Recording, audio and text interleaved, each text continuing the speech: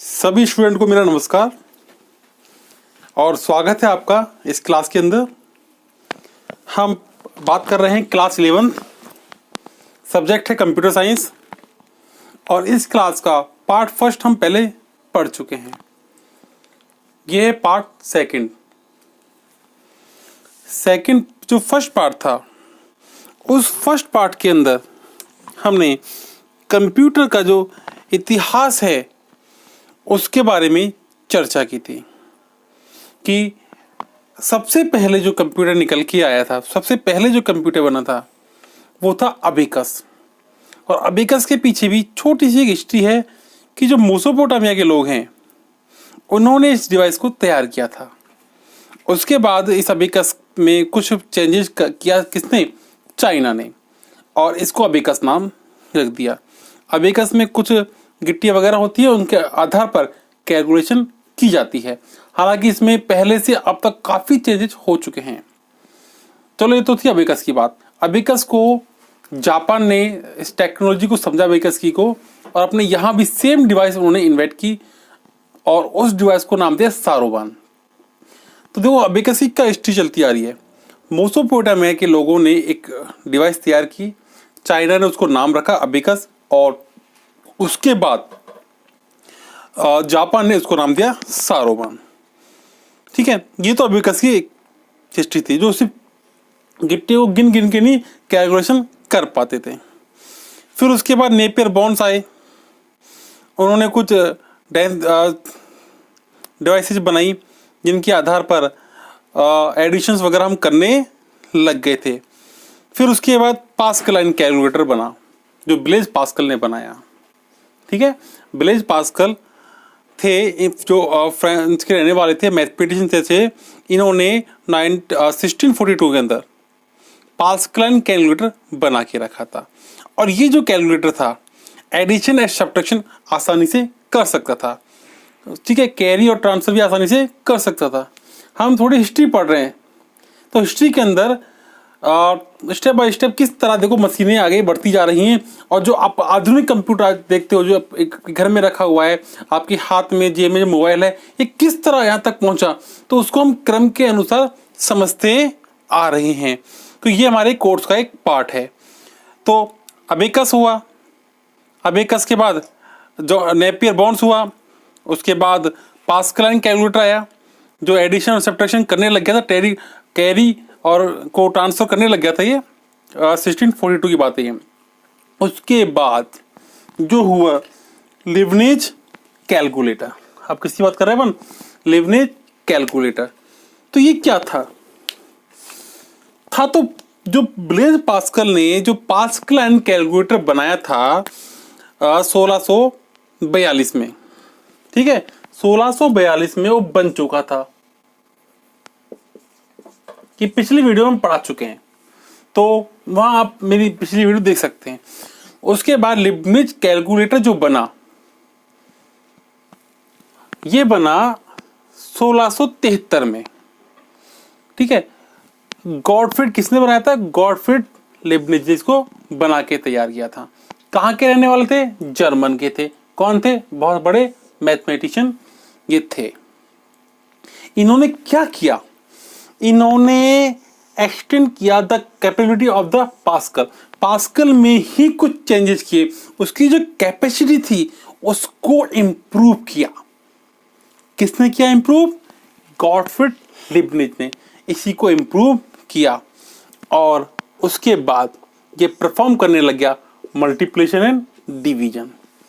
ठीक है, जो पास्कल था वो एडिशन और सब्ट्रैक्शन करने लग गया था, बट नाउ जो गॉटफ्रीड ने तैयार की जो डिवाइस तैयार नहीं की, इन्होंने पास्कल में ही चेंजेस किए, उसकी कैपेबिलिटी को बढ़ाया। ठीक है, उसे स्ट्रॉन्ग किया। उसके बाद वो परफॉर्म करने लग गया मल्टीप्लिकेशन डिवीजन। जो किस तरह स्टेप बाय स्टेप बढ़ता है, पहले एडिशन हुआ, फिर एडिशन सब्ट्रैक्शन हुआ, अब मल्टीप्लिकेशन और डिवीजन भी होने लग गया। अब जो आप स्क्रीन के ऊपर इमेज देख रहे हो, ये इमेज पास्कल की है, पास्कल एंड कैलकुलेटर की है। इसमें कुछ गियर वगैरह होते थे, बड़े अजीब सी आपको इमेज दिखाई दे रही है। ठीक है, तो देख सकते हैं कि पहले और अब में कितना चेंज हुआ, किस तरह जो आधुनिक कंप्यूटर आप देख रहे हो उसकी जनरी बहुत ही लंबी है। और अब जो स्क्रीन पे आप इमेज देख रहे हो, ये इमेज आपके चेंजेस के बाद, पास्कल लाइन में चेंजेस के बाद है, और ये इसको कहा गया है लीबनिज कैलकुलेटर। तो दोनों इमेज आपको हमने दिखाई। उसके बाद जो आगे चलते हैं, इसी हिस्ट्री को आगे बढ़ाते हैं, तो जैकार्ड लूम आते हैं। ठीक है, लूम एक सिलाई की मशीन है जो हाथ से चलती थी। आजकल तो आपने देखा होगा आपके गाँव में कि काफ़ी लेडीजें हाथ से दरिया वगैरह बनाती हैं, कुछ धागों में धागे पिरो होते हैं, उसके अंदर कपड़ा बीच में सेट करके उसके हाथ से उसको सेट करके दरी वगैरह चादर वगैरह बनाती हैं। तो सेम उसी पैटर्न पर ये लूम था। ठीक है, तो जोसेफ जैकार्ड एक साइंटिस्ट थे, इन्होंने एक डिवाइस जो थी उसको इन्वेंट किया, पंच कार्ड। क्या बनाया था उन्होंने? पंच कार्ड बनाया था जैकार्ड लूम ने। और क्यों बनाया? To make the cotton weaving process, जो कॉटन की जो प्रोसेस जो वेविंग प्रोसेस थी उसको ऑटोमेटिक चले अपने आप, वो काम करे अपने आप, उसलिए इस पंच कार्ड का उन्होंने निर्माण किया। इसकी भी इमेज मैं आपको दिखा दूंगा। हो गया, पंच कार्ड बनाए। क्यों बनाए? क्योंकि वो जो कॉटन की जो मशीन है वो अपने आप उसको काम करे। तो Joseph Jacquard use punch card, और जब उन्होंने पंच कार्ड कब यूज किया? 1801 में किया।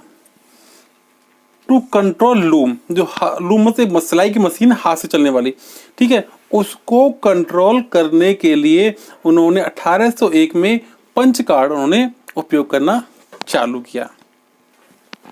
आफ्टर द कंट्रोलिंग लूम, अब देखो अब इसका क्या कॉन्सेप्ट है, कंप्यूटर जो बन के आया भाई, इसका तो मालूम चल रहा है कि प्लस और माइनस, क्योंकि कंप्यूटर मल्टीपर्पज काम करता है, प्लस भी करता है माइनस, एवरीथिंग वो करता है। अभी तक हमने जो पढ़ा है लूम के बारे में, तो उसमें कुछ ऐसा लग नहीं रहा कि इसका कोई संबंध हो। तो अब जो लास्ट पॉइंट पढ़ेंगे ये दिखाता है कि कंप्यूटर की हिस्ट्री में इस लूम मशीन का क्या योगदान है। तो 1801 में जब पंच कार्ड यूज किए गए तो क्या हुआ, वहां से कॉन्सेप्ट पैदा हुआ कि हम स्टोरिंग कर सकते हैं, डेटा को स्टोर कर सकते हैं और रिट्रीव वापस उसे प्राप्त भी कर सकते हैं, किसको? इंफॉर्मेशन को।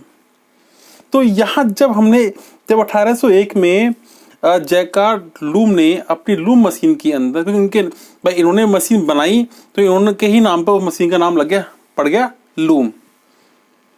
ठीक है, तो लूम 1801 में पंच कार्ड ला के इसका यूज किया गया। उसके बाद एक कॉन्सेप्ट मन में आया कि हम डेटा को, क्योंकि ऑटोमेटिक काम करे इसलिए तो बनाया था, मतलब एक बार डेटा स्टोर कर दें और उसका बार बार बाद में उपयोग किया जा सके, यही तो काम है, स्टोर करके उसे वापस पुनः प्राप्त कर सके, किसको? सूचना हो। तो उस डेटा को स्टोर करना और उन्हें पुनः प्राप्त करना, ये जो जानकारी थी, जो ज्ञान, जो बात थी, ये कहाँ से निकल के आई थी? लूम मशीन के द्वारा निकल के आई थी। अब आप सोच रहे होंगे सिलाई की मशीन में, आपके हर घर में सिलाई की मशीन है, ठीक है, उस समय बड़ी थी, अब ऑटोमेटिक होने लगी, हाथ से घुमाते हो कपड़ा सिल के हो जाता तैयार। तो सिलाई की मशीन में ऐसा क्या, आप भी के घर में भी सिलाई की मशीन है, तो उसमें ऐसा क्या है कि कहाँ आप डेटा स्टोर करते हो, कहाँ उन्हें प्राप्त करते हो? तो सिलाई की मशीन आपने देखी है तो उसमें एक गिट्टक होती है नीचे की तरफ। उस गिट्टक में क्या करते हैं, हम पहले धागा लपेटते हैं और उसे नीचे सेट कर देते हैं, मतलब हमने डेटा को उसमें स्टोर करके रख दिया।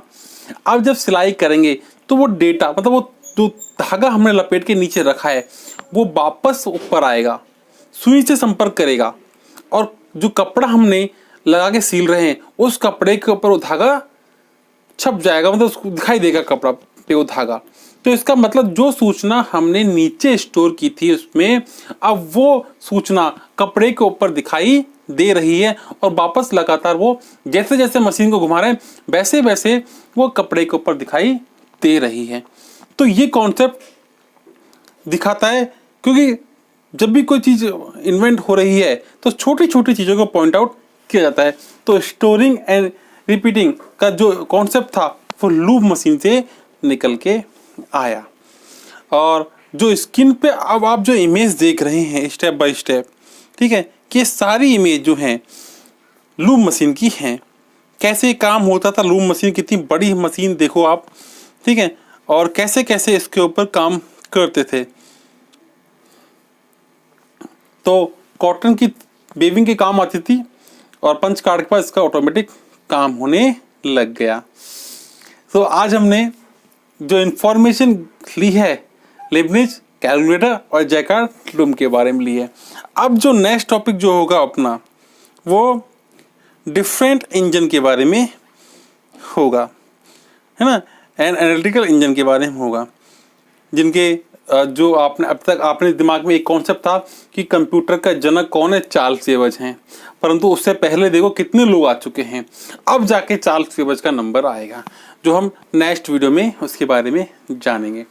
तो ये अब कुछ हिंदी मीडियम के जो स्टूडेंट्स हैं वो इंग्लिश मीडियम के सेम कॉपी कर लेंगे, जो मैंने लिखा हुआ है सारा हिंदी मीडियम के जो स्टूडेंट्स हैं उनके लिए मैं ट्रांसलेट कर देता हूँ कि वो किस तरह लिखेंगे। टॉपिक तो ये रहेगा, और मोस्टली हिंदी मीडियम के जो स्टूडेंट्स हैं, देखो कंप्यूटर पढ़ रहे हैं तो अधिकांश वर्ड इंग्लिश में ही आएंगे।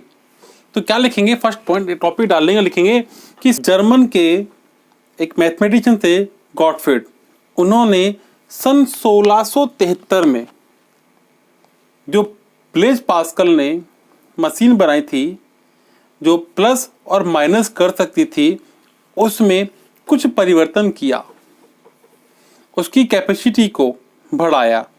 उसके बाद वो मल्टीप्लिकेशन और डिवीजन, गुणा और भाग करने लग गए।